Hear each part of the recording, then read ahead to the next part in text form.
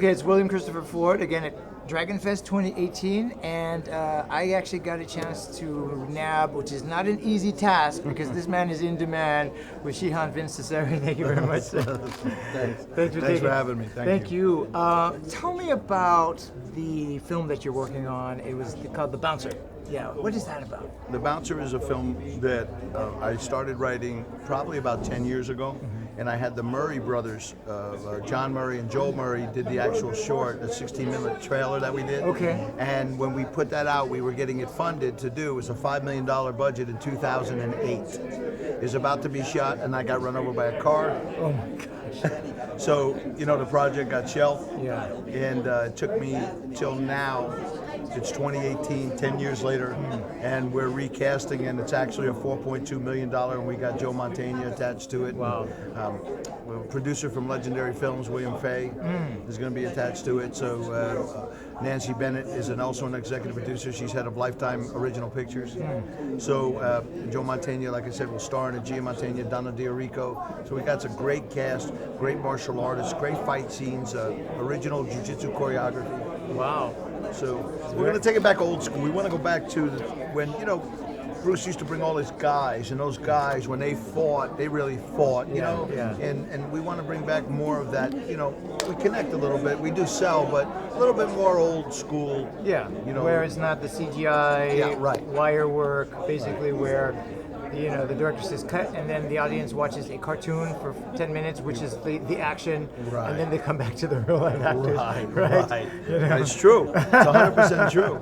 And you know, the thing is, you got to, you know, what is a movie? A movie, we put it out because you want to make some money, but you're hopefully that you make an entertaining film that maybe shows a good side of the martial arts, a positive side. It's got the Navajo code talkers in it. It's done on an Indian reservation. So we make the Navajo tribe look like heroes in this. Great testament to Native Americans in this movie. Terrific. It sounds very exciting, and you guys start production early next year. It'll be in January, February. We're in pre-production like next month. We just got financing done. Now you know how it goes. You got like between 60 and 90 days of pre-production, and then we'll go into production. But remember, we got to get through the holidays. So we figure January we'll start filming January, February. Awesome. I'm going to be keeping a close eye out, you know, and looking out for what you guys are doing. Absolutely. Tell me a little bit about your. You've been doing martial arts forever. Real quickly, how'd you get into that? I was a collector for Italian politicians, we'll say, from the neighborhood. Okay. And in that kind of work, I made a lot of money. I opened up a nightclub, and a band leader was playing on stage. A guy came in from Brooklyn and stabbed a guy in the neck on the stage.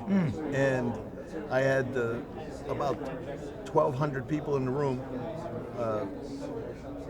My bouncers were all big, strong guys, but I never had any martial arts experience. I've been carrying a gun since I'm 21. I got a CCW, you know, working law enforcement, so, you know. But when you actually see a guy for the first time stab a guy and that arterial blood coming on, you see a real thing like that. First thing is a shock value of fight, flight, or freeze. Well, most big guys just froze. And then I noticed I have a weapon, but you can't shoot the guy. You might as well sign over the club. So we just knocked the guy over, bum rushed him, got very lucky. I mean, very lucky. Today, as an instructor, I would say you were a tremendous idiot what you did. But my club, my responsibility. Anyway, after that, I went looking for a martial arts school. I found a small martial arts school in South Florida. Started training with a gentleman there, and Japanese Jiu-Jitsu. And then he introduced me to a gentleman by the name of Dr. Moses Powell. Dr. Moses Powell, I aligned more with because he's a street guy from Harlem, you know, and I could really identify with him because it was about no nonsense. He wasn't harping all over 30 katas to get rank. He doesn't. It's about combat. It's about hand to hand. It's about, you know, being in the trenches. He was a pretty big guy, right? Moses Powell was probably about 260 pounds at his biggest, 250, 260. I saw footage of him doing this finger roll. A one finger roll out. Yeah, where he does it, he goes up on one finger and does it. Yeah, that was pretty, I was like, what? You know, the thing about Dr. Powell that was crazy is that he didn't get any love from magazines or anything back then because, you know, you were dealing with, he's been around since the 50s, since Gene Nabel wrestled the bear and he had the Olympic Center and the Paris. He's been around that long. He was at the World's Fair and was the first African American ever to teach U.S. federal forces, federal FBI, not FBI. He taught DEA guys, and then he taught some secret CIA guys. Wow, that's amazing. Yeah, and this form of jiu-jitsu is where the rubber meets the road, hand-to-hand combat. It's all about non-compliant subjects and things of that nature. You know, no sports, no tournament, no submission fighting, and it's not that that's not tough and hard on its own. It's just a different animal. Sure. Yeah. Sport combat versus. Yeah. Got it. And people say to you all the time, well, what would you do if a sport jiu-jitsu guy fought against a combat jiu-jitsu guy? I mean, first off, two great masters, unless there's a real conflict, are never going to have a fight. It'd have to be wartime. Sure. You know? Second off, anybody can lose a fight on any given day. For any reason. From being sick to having an injury to having a training, to any reason, you know? Right. To even have that conversation is a moot point. Sure. You know? I think that in the martial arts, we tear fences down, we don't build them up. The fact that you could be male, female, white, Japanese, Chinese, Korean, black, Puerto Rican, Cuban, doesn't matter. What matters is what's on the mat, hand to hand, warrior spirit.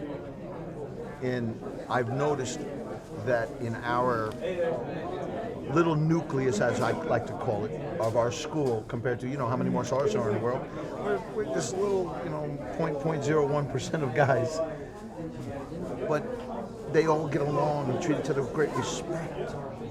No derogatory language, no kid fighting, no messing around, no horseplay. Legitimate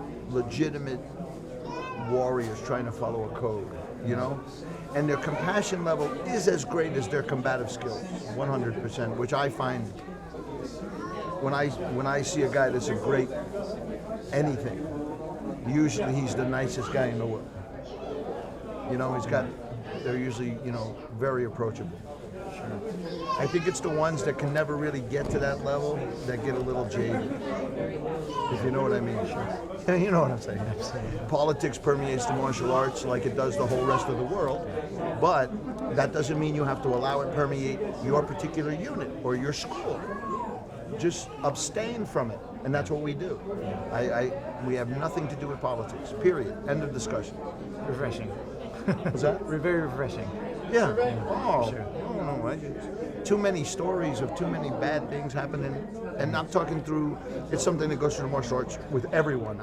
You could go in there and pick 10 masters, and guaranteed 8 of us got the same story. You know what I mean? So, just the different players. Well, Shihan, I wanted to thank you for taking time with me. Oh, thank you what so a much, pleasure. William. It's my honor to be here. You're a dying breed, and you know, the honor is mine. Hopefully not for a long time. Well, you're going to be around for a long, long time, I think, and I look forward to working with you again, you know, in some of our future projects together. Oh, thank you so much. Guys, support the Martial Arts History Museum. Guys, make a donation, support it. It's totally non-for-profit. This gentleman here is a true spirit, true filmmaker, true martial artist, true warrior. Support their efforts. Thank you.